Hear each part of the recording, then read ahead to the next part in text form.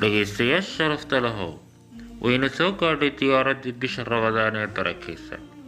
Safarkan waxa uu ina soo maraa sanadkii hal mar.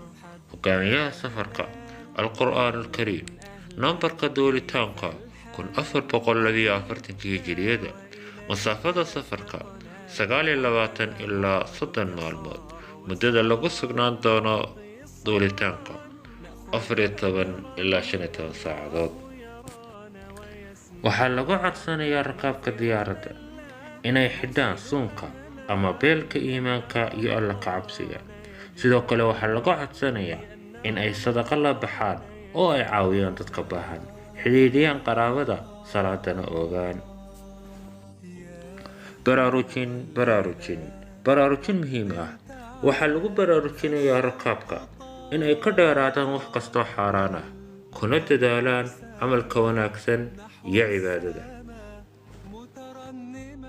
ugu dambayn, waxaan idin rajaynaynaa safar wanaagsan oo ku astaysan dulqaad iyo alla ka cabsi, iyo safar ka mid a safarada ugu wanaagsan ee sanadkii.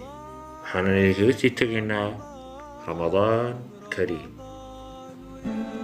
يا نور الهلال أقبل تعال فالشوق